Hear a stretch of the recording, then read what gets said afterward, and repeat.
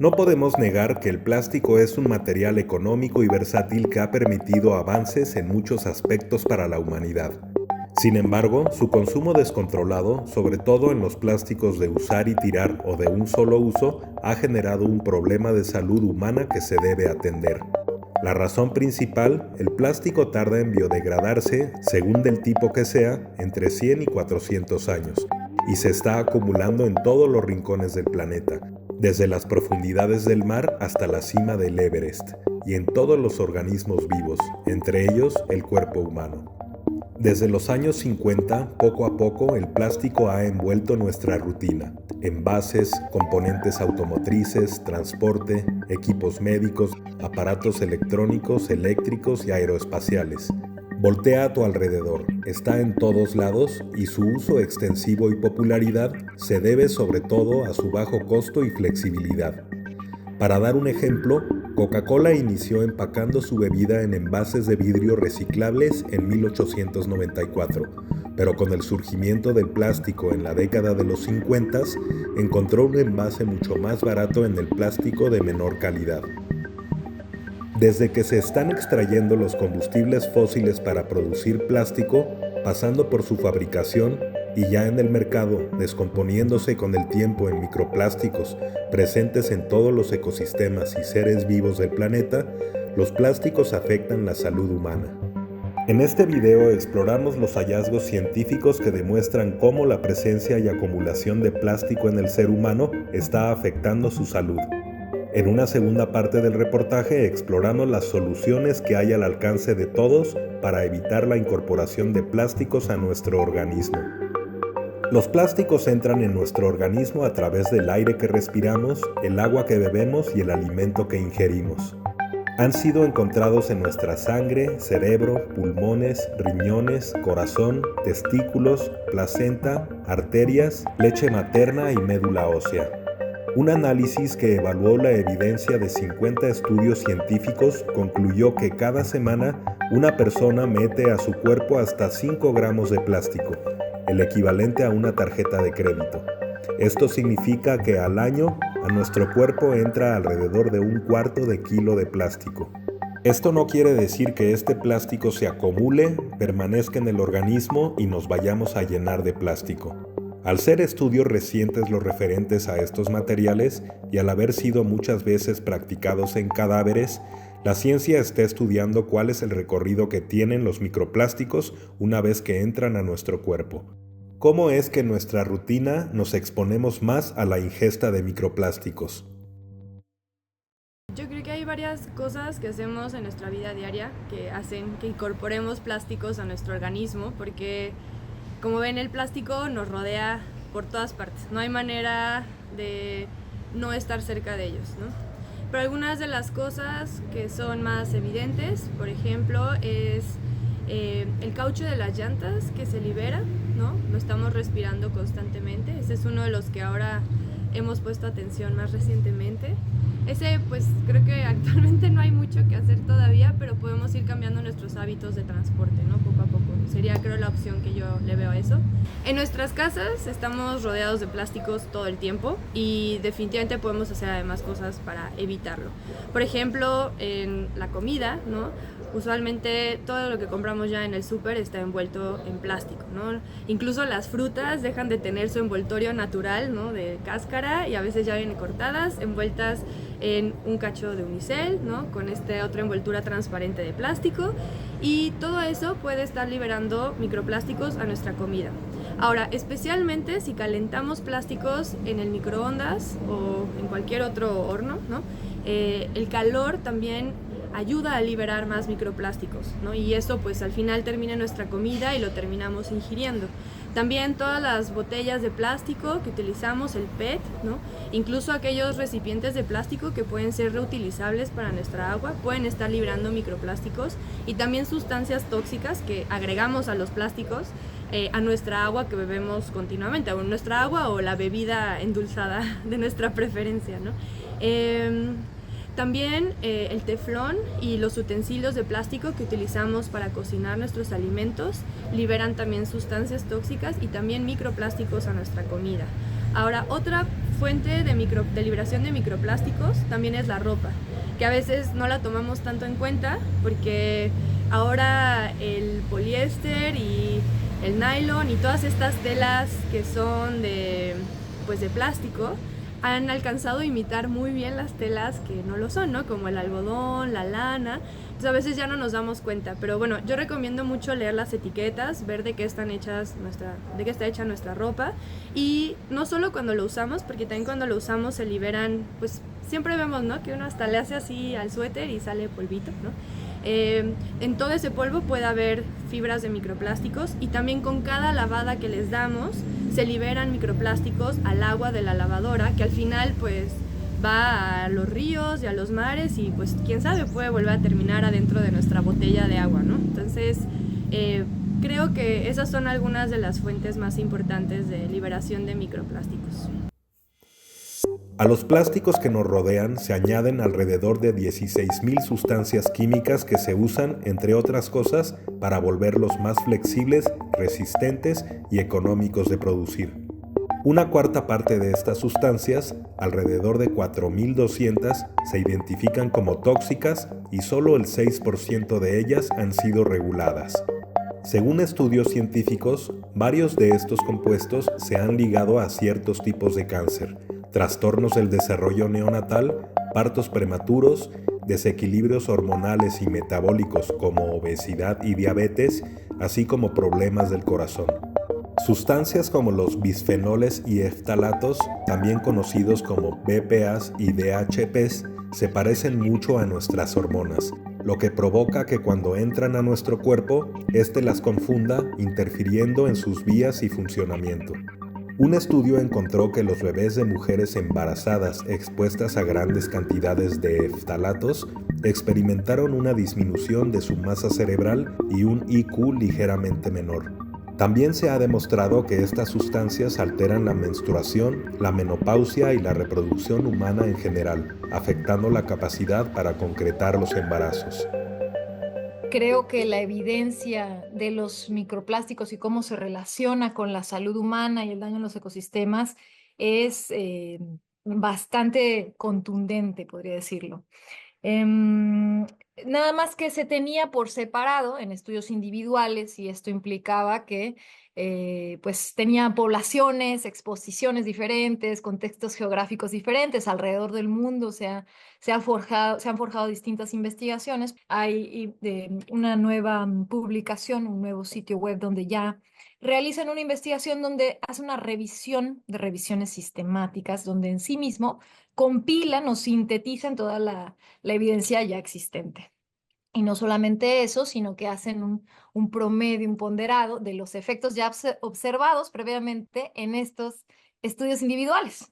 Básicamente, pues se tiene un conjunto de resultados en uno solo. Y entonces así podemos tener más certeza de cuáles son los efectos en total de todos esos estudios que estaban antes desagregados, separados en el espacio, lo cual es muy bueno y es necesario.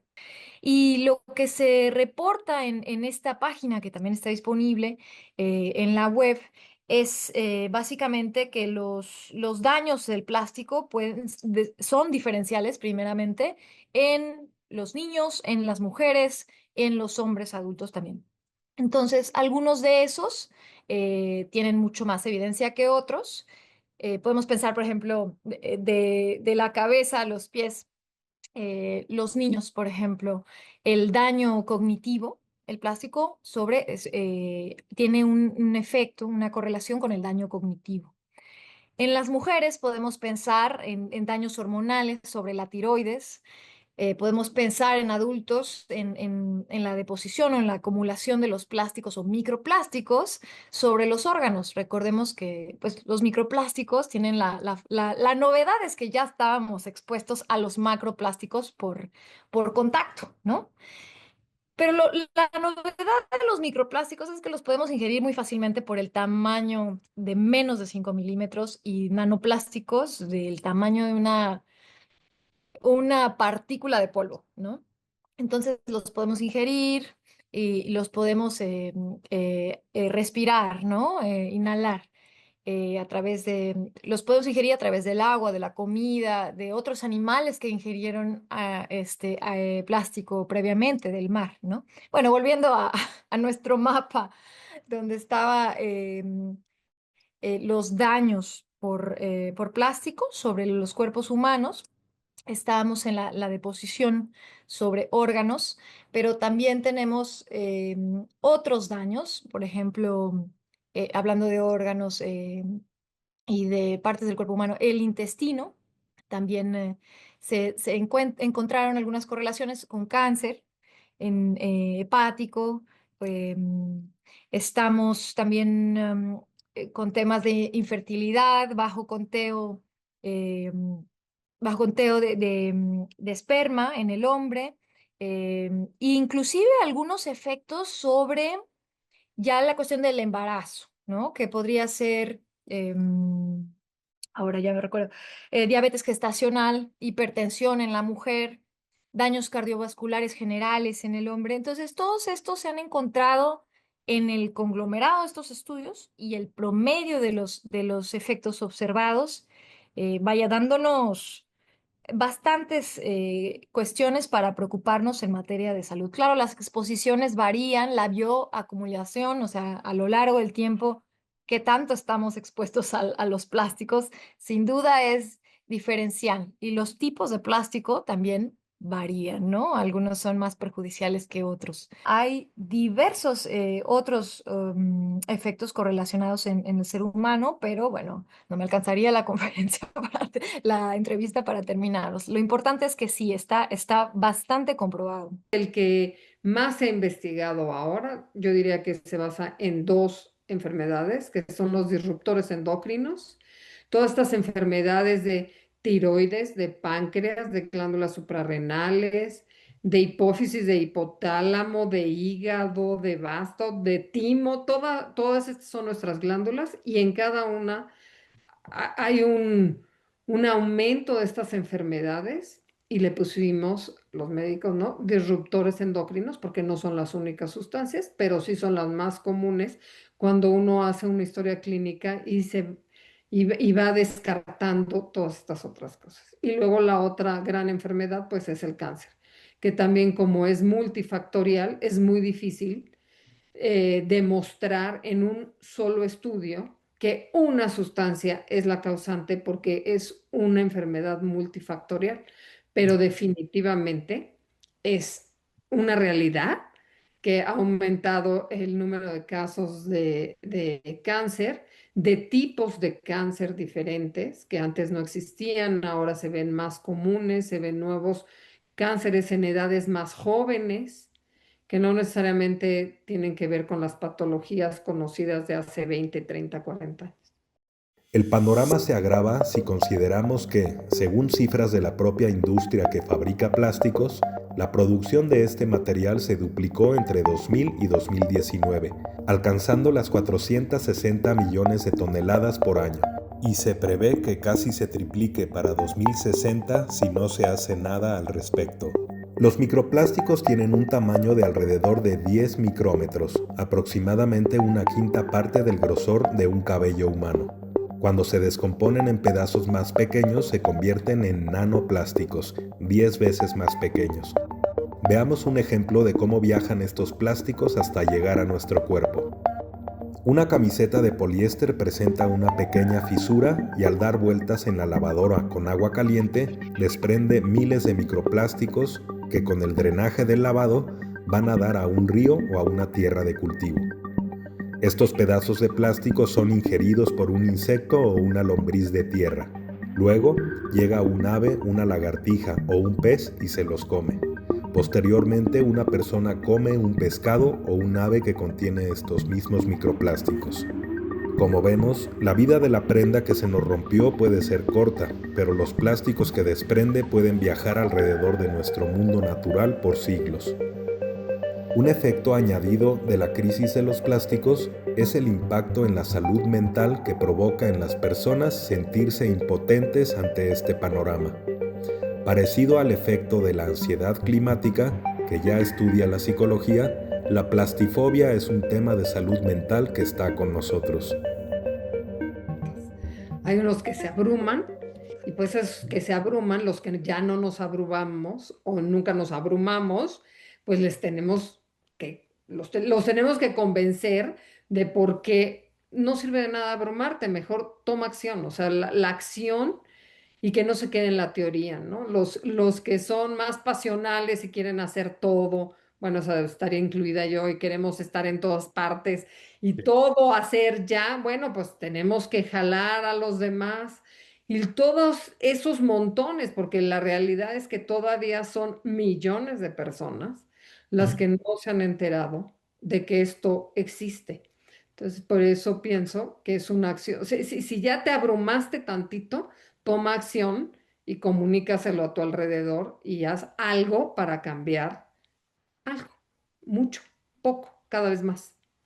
Se ha culpado durante mucho tiempo al consumidor y esto no es justo, ¿no? Creo que las políticas del plástico, sabiendo que es un problema tan grande para la salud humana y para los ecosistemas, tienen que recaer mucho en los niveles internacionales y nacionales y poco menos en el consumidor, ¿no? Entonces, esto es un poco para quitar la plastifobia. Sí, claro, exigir a nuestros gobiernos ser un poco más, pensar en que todos estamos conectados. Y la segunda parte es pues sí, hacer lo propio. No temer al plástico. Hay plásticos que también no son tan dañinos como otros, ¿no? Entonces creo que pensar en el plástico tiene que ser también, tiene que pensar un poco más en esto, en tener noción, y ojalá los gobiernos nos ayuden a eso, de qué es lo que contienen los plásticos con los que estamos rodeados. Quizás no es que todos los plásticos sean igual de dañinos, eso es el mensaje principal. Tenemos que saber cuáles son los que nos hacen más daño y tenemos que regresar a un mundo donde las cosas serán más durables. Hay plásticos que quizás son más necesarios que otros. Aquí estamos hablando del concepto de esencialidad. Quedémonos con lo más esencial, no con estos plásticos de conveniencia, ¿no? De hoy lo uso un minuto y lo tiro. Y eso tiene que ver a todos los niveles, ¿no? Global, nacional y por supuesto personal. La falsa solución del reciclaje, ¿no? Mucha gente durante mucho tiempo, la industria nos vendió la noción de que el plástico era reciclable. Y hoy sabemos que el plástico, algunos tipos de plástico son reciclables. Y en el mejor de los casos del plástico, quizás solamente se recicla el 10% y el 70% termina en vertederos, ya sea legales, en el 50% de los casos, o ilegales, el 20%, lo cual pues termina en el ambiente en general y 20% se incinera, llegando a contribuir al cambio climático. Espero que esto no termine en más plastifobia, pero lo que quiero decir es, no podemos sentarnos en este momento a decir, yo voy a seguir viviendo mi vida como si esto no pasara, pero tampoco todo depende de mí, sino sí tenemos que involucrarnos y volver a lo colectivo, a la ciudadanía, a la sociedad civil, para exigir nuestros derechos. Creo que es fundamental. Estamos en un momento crítico. Que plásticos en este momento tenga su propia negociación para un acuerdo y el cambio climático otra cosa y otra cosa para otra cosa, no debe apabullarnos, sino al contrario, creo que debemos buscar vínculos. Entonces, eh, creo que es un momento para exigir nuestros derechos y para vincularnos mayormente con la salud y con los ecosistemas, porque todos estamos interconectados. Ese es mi mensaje para luchar contra la plastifobia en general. Ya sé, esta información puede resultar abrumadora y triste, pero es cierta, parte de una realidad que más que preocuparnos nos debe ocupar. La buena noticia es que no estamos condenados a seguir ingiriendo plásticos sin control. No te pierdas la segunda parte de este reportaje sobre microplásticos y salud humana, donde exploramos distintas acciones en las que puedes evitar ingerir plásticos y que estos afecten tu salud.